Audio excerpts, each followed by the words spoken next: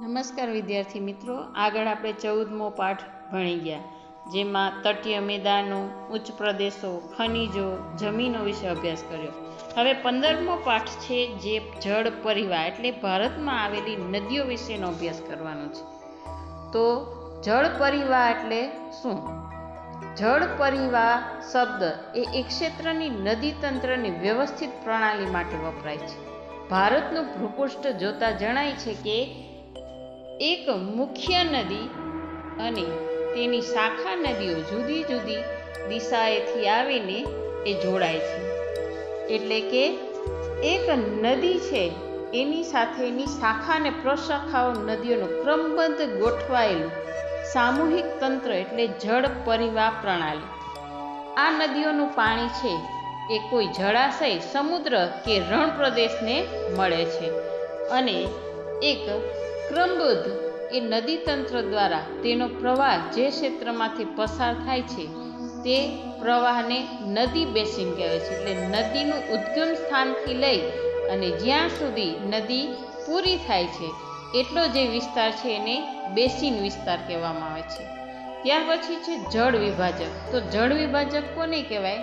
તો કોઈ પણ પર્વત કે ઉચ્ચ ભૂમિ નદીઓના જળ પરિવાહને એકબીજાથી જ્યારે અલગ કરે છે ત્યારે એ જળ વિભાજક બને છે. અહીંયા નીચે આકૃતિ આપેલી છે, અહીંયા તમે જુઓ છે કે આ ઊંચાણવાળો વિસ્તાર છે. નદીનો પ્રવાહ આવતો હોય તો જે વચ્ચે ઊંચે ભાગ છે એના કારણે નદીના બે ફાટા પડે છે. તો એક ભાગ છે અ બાજુ બતાવેલો છે ને બીજો પ્રવાહ છે બ, એટલે જ્યાં વચ્ચે છે ઊંચાણવાળો વિસ્તાર આવે એના કારણે નદીઓના જે બે ફાટા પડે છે એને શું કહેવાય છે? જળ વિભાજક. એટલે કોઈ પણ ઉચ્ચ પ્રદેશ જ્યારે આવે ત્યારે આગળથી આવતી નદી છે એ નદી બે ભાગમાં વિભાજિત થાય છે. હવે અહીંયા નીચે છે આટલું જાણવું ગમશે. તો જે આપણે આગળ જોયું કે બેસિન વિસ્તાર, તો વિશ્વમાં સૌથી મોટી નદી બેસિન વિસ્તાર કઈ નદીનો છે? તો કે એ છે એમેઝોન નદીનો, કે ઘણા બધા ક્ષેત્રોમાંથી પસાર થાય છે. એ જ રીતે ભારતમાં સૌથી મોટી નદી વિસ્તાર બેસિન વિસ્તાર જોઈએ તો એ છે ગંગા નદીનો. એટલે એક વાક્યમાં આ યાદ રાખવાનું. હવે ત્યાર પછી જોઈએ ભારતની જળ પરિવાહ એટલે કે ભારતમાં આવેલી નદીઓ. આપણે જાણીએ છીએ કે ભારતના જળ પરિવાહની રચના ભૌગોલિક રચનાને આધારે કરવામાં આવી છે. માટે અહીંયા ભારતની નદીઓને બે ભાગમાં વહેંચવામાં આવેલી છે. એક છે હિમાલયની નદી અને બીજી છે એ દ્વીપકલ્પીય નદી. આ બંનેનો તફાવત પૂછાતો હોય છે, હિમાલયની નદી અને દ્વીપકલ્પીય નદી, અથવા તો ઉત્તર ભારતની નદી અથવા તો દક્ષિણ ભારતની નદી.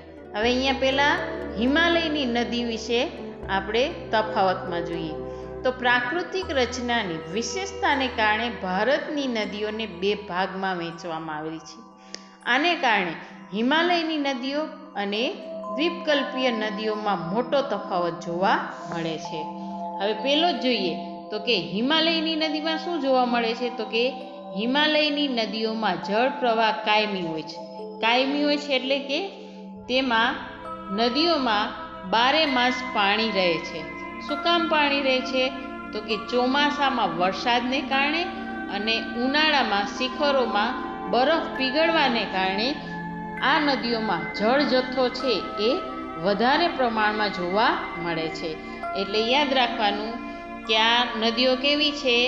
કાયમી છે, એમાં 12 માસ પાણી રહે છે. શું કામ રહે છે? તો કે ચોમાસામાં વરસાદના કારણે અને ઉનાળામાં શિખરોમાં બરફ પીગળે છે એટલે તળેટીમાં નદીના પાણીનો જથ્થો છે એ વધારે હોય છે. અહીંયા આપણે જોઈએ હિમાલયની મોટામાં મોટી બે નદીઓ છે.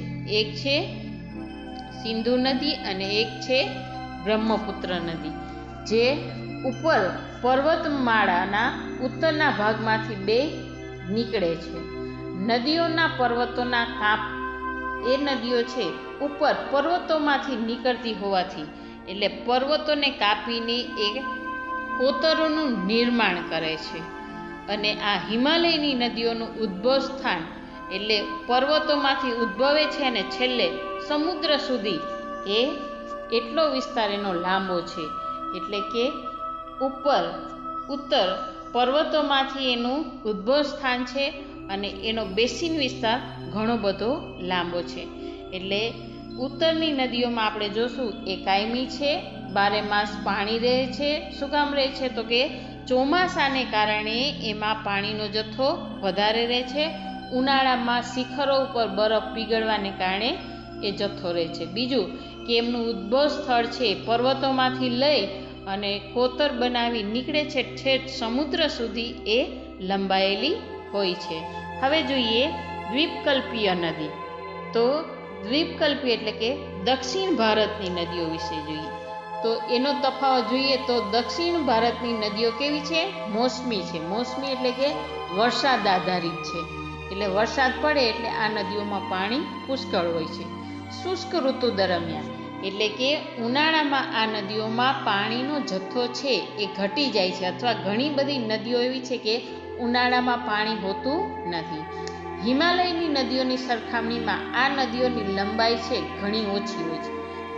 નદી લાંબી હોતી નથી, તેમજ નદી છે એ ઊંડી પણ હોતી નથી. તો કેવી હોય છે? તો દક્ષિણ ભારતની નદીઓ છીછરી હોય છે. પ્રાકૃતિક રચના અને પહાડના ઢોળાવને કારણે મોટા ભાગની દ્વીપકલ્પીય નદી ક્યાંથી નીકળે છે? તો કે પશ્ચિમ ઘાટમાંથી નીકળે છે અને પૂર્વ બાજુ બંગાળાની ખાડીને મળે છે. અને પશ્ચિમ ઘાટ છે એ શું છે? જે જળ વિભાજક બનાવે છે. આગળ આપણે જોયું કે પર્વત કે ઉચ્ચ પ્રદેશોને કારણે પશ્ચિમ ઘાટ રચાય છે. એટલે દ્વીપકલ્પીય નદીમાં યાદ રાખશું, આ નદીઓ કેવી છે? મોસમી છે. એનો જળનો જથ્થો છે વરસાદ આધારિત છે. શુષ્ક ઋતુ દરમિયાન એમાં પાણી ઓછું થઈ જાય છે અથવા સાવ હોતું નથી. હિમાલયની નદીઓની સરખામણીમાં જોઈએ તો આ નદીઓની લંબાઈ છે ઓછી છે અને ઊંડી નથી, છીછરી હોય છે.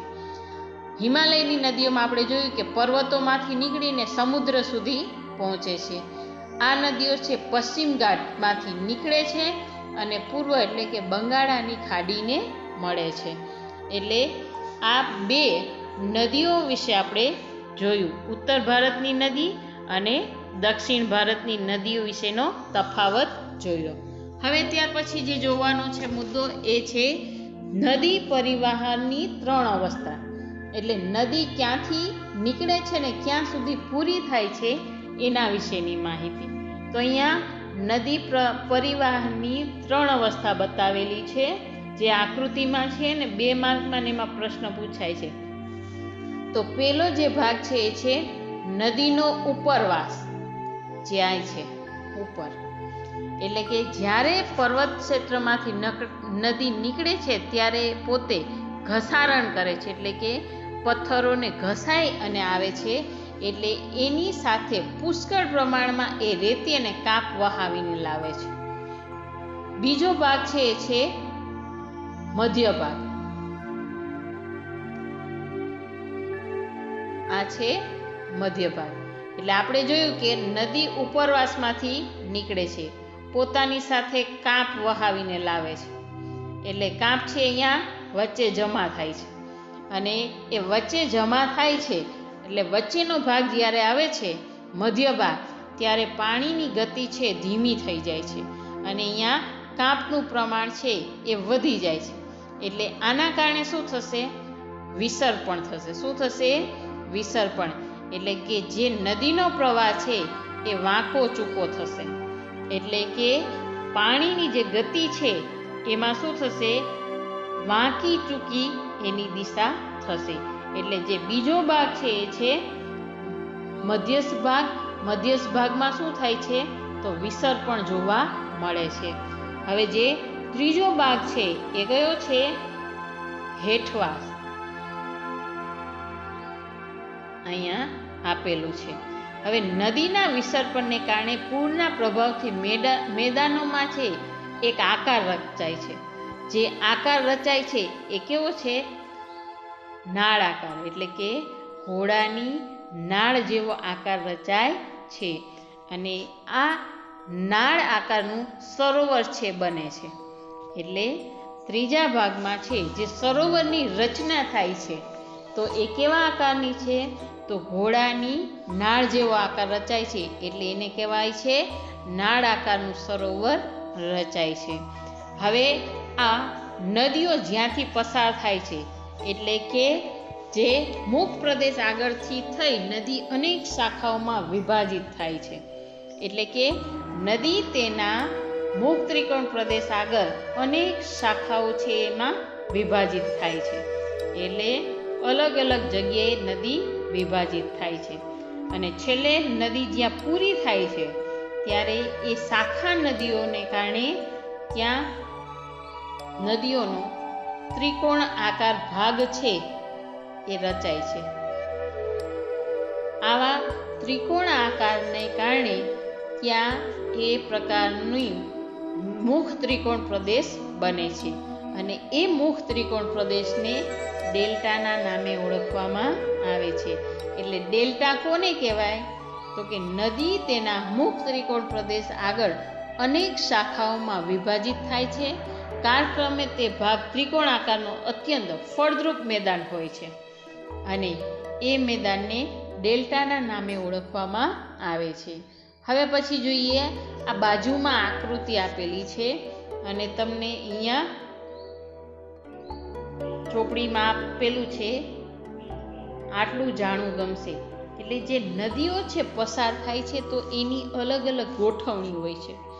તો અહીંયા ગોઠવણી આપેલી છે. પેલી છે વૃક્ષાકાર પ્રણાલી. જે મુખ્ય નદી તેની શાખા નદીઓની ગોઠવણી કેવી થાય છે? તો એક વૃક્ષની ડાળી જેવી સુંદર રચના થાય છે તેને વૃક્ષાકાર નદી તરીકે ઓળખવામાં આવે છે. એટલે કઈ નદીની ગોઠવણી છે વૃક્ષાકાર છે? તો યાદ રાખશું ગંગાની. બીજો પ્રકાર છે જાળી આકાર પ્રણાલી. તો કે પર્વતીય પ્રદેશમાંથી નીકળતા ઝરણા અને પહાડી ઢોળાવને કારણે એ નદીઓ એકબીજાને મળે છે ત્યારે તેની જે રૂપરચના છે કેવી બને છે? જાળી આકારની. એટલે કે હિમાલયના ઢોળાવ પરથી લગભગ જે નદીઓ નીકળે છે અને એના ઝરણાઓ છે તો એ નદીઓની રચના કેવી છે? જાળી આકારની છે. ત્યાર પછી છે આયતાકાર પ્રણાલી. મુખ્ય નદી અને શાખા નદી એકબીજાને ક્યાં મળે છે? કાટખૂણે મળે છે. આ રૂપરચનાને આયતાકાર રચના અથવા મોટા ભાગે ફાટખીણમાંથી વહેતી આ નદીની રચના આ પ્રકારે જોવા મળે છે. તો આ કઈ નદીની રચના આવી છે? તો નર્મદાની. આ બધા નામ યાદ રાખશું કઈ નદીની રચના કેવી રીતે છે. ત્યાર પછી છે કેન્દ્ર ત્યાગી એટલે કે પર્વતાકાર પ્રણાલી. પર્વતીય વિસ્તારમાંથી એક પર્વતની ચારેય બાજુ ઝરણા નીકળી ચારેય બાજુ નદી રૂપરચના બનાવતી હોય છે તેને પર્વતાકાર નદી રૂપરચના તરીકે ઓળખવામાં આવે છે. તો સૌરાષ્ટ્રની જે નદીઓ છે એની રચના આ પ્રકારે જોવા મળે છે. હવે ચારેયની આકૃતિ અહીંયા આપેલી છે જેમાં તમે તમારી બુકમાં જોઈ શકશો કે એ રચના છે એ કેવી રીતે થયેલી છે. એટલે પેલી છે એ છે વૃક્ષાકાર છે. તમે જુઓ છો કે એક મેન નદી છે એને બધી સહાયક નદી મળે છે એટલે વૃક્ષ આકારનો રચના થાય છે. ત્યાર પછી છે જાળી આકાર એટલે કે ઘણી બધી નદીઓ છે એ એકબીજા નદીને મળે છે. ત્યાર પછી છે ત્રીજી છે આયતાકાર અને ચોથી છે કેન્દ્ર ત્યાગી રૂપરચના. એટલે ચારે ચાર નામ યાદ રાખવાના, પરીક્ષામાં પૂછાય તો આપણને આવડવું જોઈએ.